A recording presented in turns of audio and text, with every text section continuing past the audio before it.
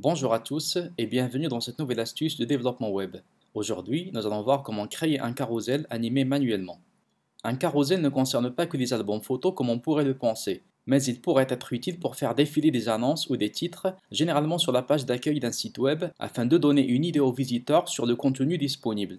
Dans cette vidéo, j'appliquerai l'effet du carrousel à des photos, mais vous pourrez l'adapter à vos besoins en intégrant ce que vous voulez, car à la fin, tout le contenu est intégré dans des containers, en l'occurrence des balises div dans lesquelles vous pourrez mettre n'importe quel contenu que vous souhaitez, comme des textes, des images ou même des vidéos. On commence par intégrer le container principal.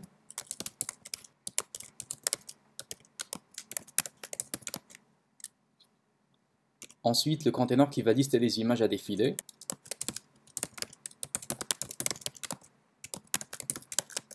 Puis on va intégrer deux boutons, un gauche et un droit, qui permettent de faire défiler les images.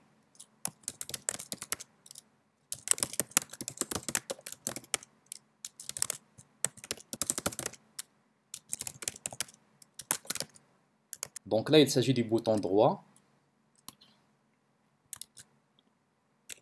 On fait la même chose pour le bouton gauche.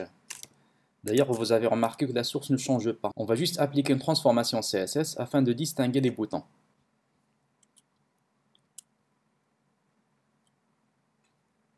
Maintenant, on va se rendre dans le CSS. On va commencer par styler le container carousel.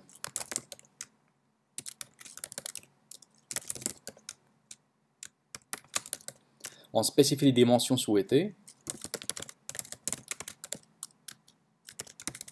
On applique une bordure épaisse de 4 pixels et de couleur blanche. On va appliquer aussi une ombre portée.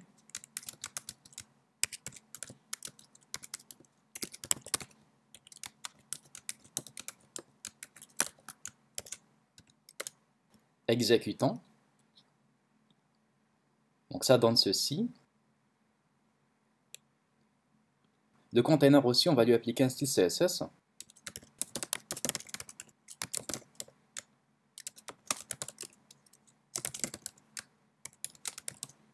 Donc là, on a conservé les mêmes dimensions que pour le container carousel, sachant que le web, on aura l'occasion de le manipuler avec du JavaScript. Pour le carousel, on va appliquer la position relative afin de pouvoir positionner les boutons en dessus de manière absolue. D'ailleurs, c'est ce qu'on va faire juste après. On va appliquer les styles à la classe bouton.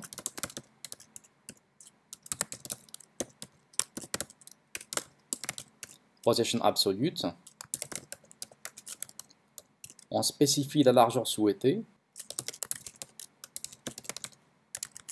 On change la forme du curseur qui survole les boutons. On va aussi appliquer une valeur pour le top. Par exemple, on mettra 100 pixels pour voir ce que ça donne dans un premier temps. Mon bouton est placé ici. Il ne faut pas oublier que j'ai ici deux boutons, mais ils se superposent, donc l'un cache l'autre. Après, on va les séparer.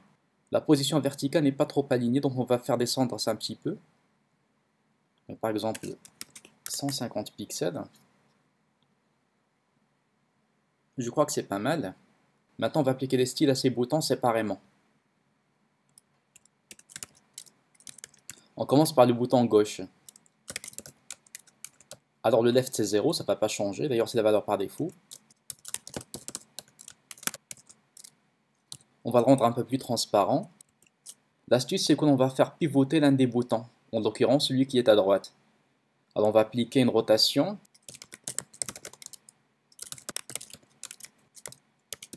Dans ce cas c'est 0 degré, c'est-à-dire que l'élément n'est pas changé.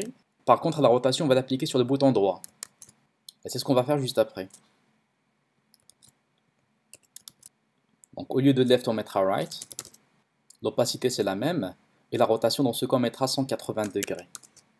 Regardons ce que ça donne. Il faut modifier le sélecteur aussi, donc c'est D. Là je crois que c'est bien. Donc les deux boutons sont placés sur les deux extrémités du container.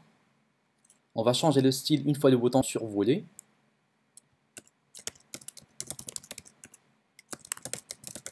On va les agrandir un peu de manière relative avec Transform Scale. On va changer l'opacité. il ne faut pas oublier de maintenir la valeur de rotate pour qu'elle ne soit pas écrasée. On fait pareil pour le bouton droit. Là c'est 180. Exécutons. C'est bien. On va juste appliquer une petite transition afin que les changements ne soient pas brusques.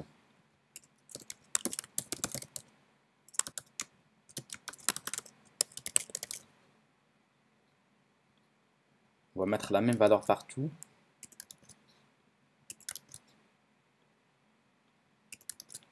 Exécutons maintenant. Je crois que c'est bon. Maintenant, on va créer nos images au sein du container. Et ça, on va le faire avec du JavaScript.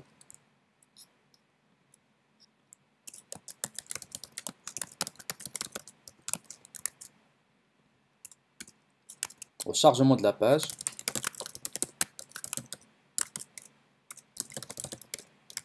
on appelle une fonction anonyme. On va initialiser certaines variables. NBR égale à 5 pour dire que j'ai 5 images. Ils sont là, IM1 jusqu'à IM5. Puis je vais initialiser la variable P à 0 pour dire la position. Dans un premier temps, la position vaut 0 par défaut, et ensuite, je vais décaler soit vers la droite ou bien vers la gauche pour simuler l'effet du carrousel. Maintenant, je récupère les différents objets JavaScript.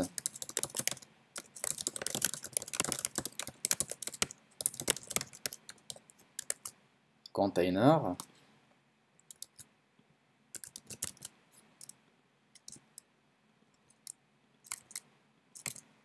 Et aussi les boutons gauche et droit. On va modifier la largeur du container. On va appliquer la largeur de base qui est 800 pixels que l'on va multiplier par le nombre d'images.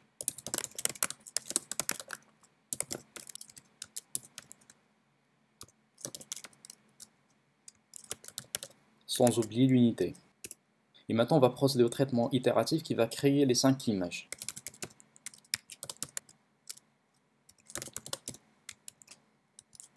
Ces images seront intégrées dans des divs que je vais créer dynamiquement.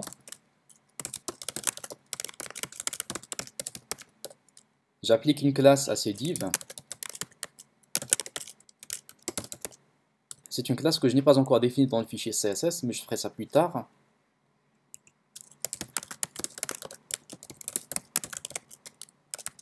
Et maintenant, on va spécifier les différentes images.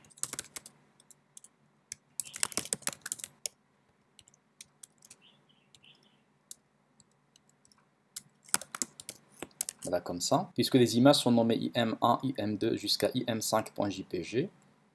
Et à la fin, je vais ajouter ces divs au container principal.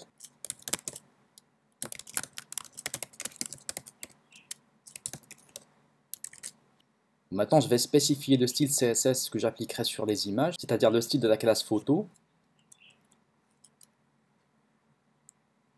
Je vais mettre ici par exemple.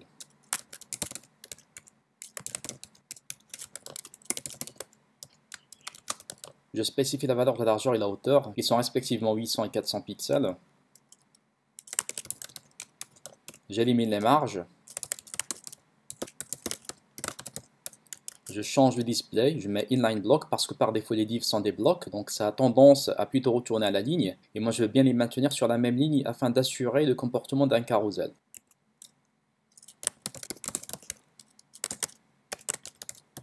Et là, background size cover, afin que l'espace maximal de l'image soit visible au sein du container. Exécutons. J'ai peut-être une erreur quelque part.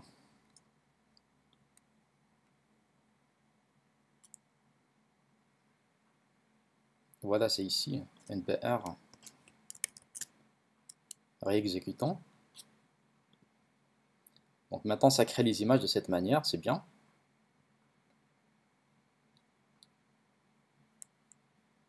Ils sont alignés de manière horizontale, exactement comme prévu. Maintenant, on va programmer les boutons.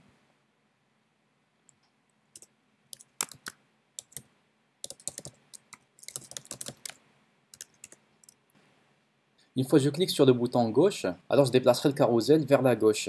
C'est-à-dire que je vais appliquer une position négative. Donc je mettrai P-. C'est-à-dire que je décrémente de 1. Ensuite, je vais appliquer cette valeur avec du CSS à travers le JavaScript.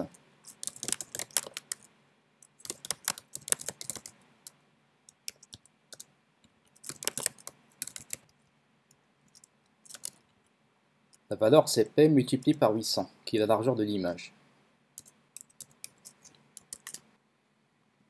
Donc là, c'est translate, pardon.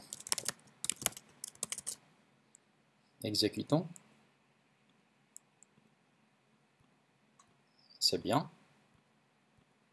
Mais ça ne se limite pas. Là, je dois mettre une condition.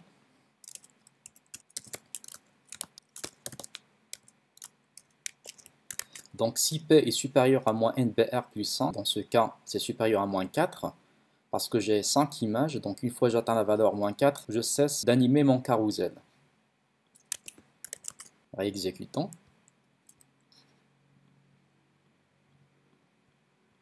Ah, c'est bien. Je pourrais appliquer une sorte d'animation avec les transitions CSS.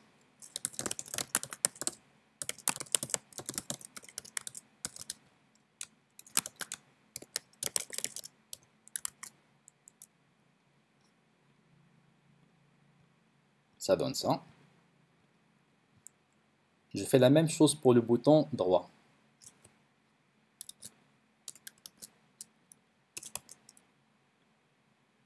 Dans ce cas, la condition va être légèrement modifiée. J'incrémente P de 1 et je conserve le reste.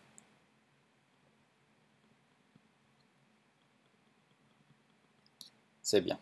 Pour masquer les images qui s'affichent à droite ou à gauche, il suffit d'appliquer Overflow Hidden sur le container Carousel.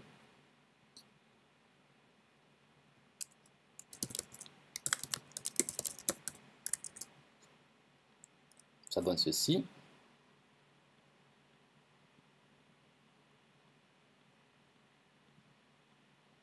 Je crois que c'est bon. Je pourrais même ajouter une amélioration, c'est-à-dire le fait de masquer un des boutons une fois que j'atteins l'extrémité, plus la peine de l'afficher. Alors je vais créer une fonction qui s'appelle afficher masqué, que j'appellerai ici.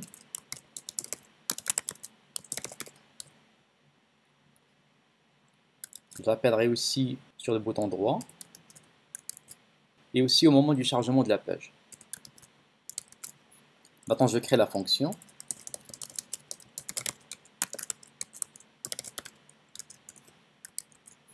Alors il suffit de vérifier la valeur de P selon laquelle on décide d'afficher ou bien de masquer l'un des deux boutons.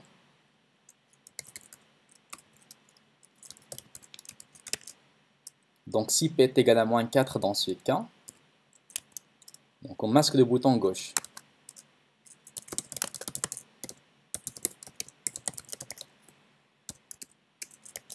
Sinon, on l'affiche.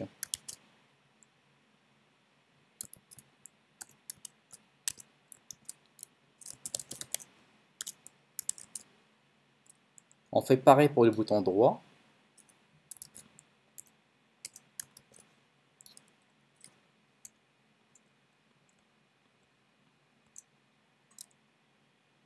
Dans ce cas, la condition va changer, on mettra la valeur 0. Et là, on met D. Exécutant. Ce bouton devrait disparaître normalement. Alors, j'ai peut-être une erreur quelque part. Oui, c'est ici. Donc, c'est un double égal parce que c'est un test. C'est bien. Donc, maintenant, on n'a plus ce bouton. Par contre, on peut défiler vers la gauche. Une fois que j'atteins l'extrémité, le bouton gauche disparaît et le bouton droit subsiste. Donc là, le bouton réapparaît. J'espère que cette astuce vous a plu. Merci pour votre attention et à la vidéo prochaine.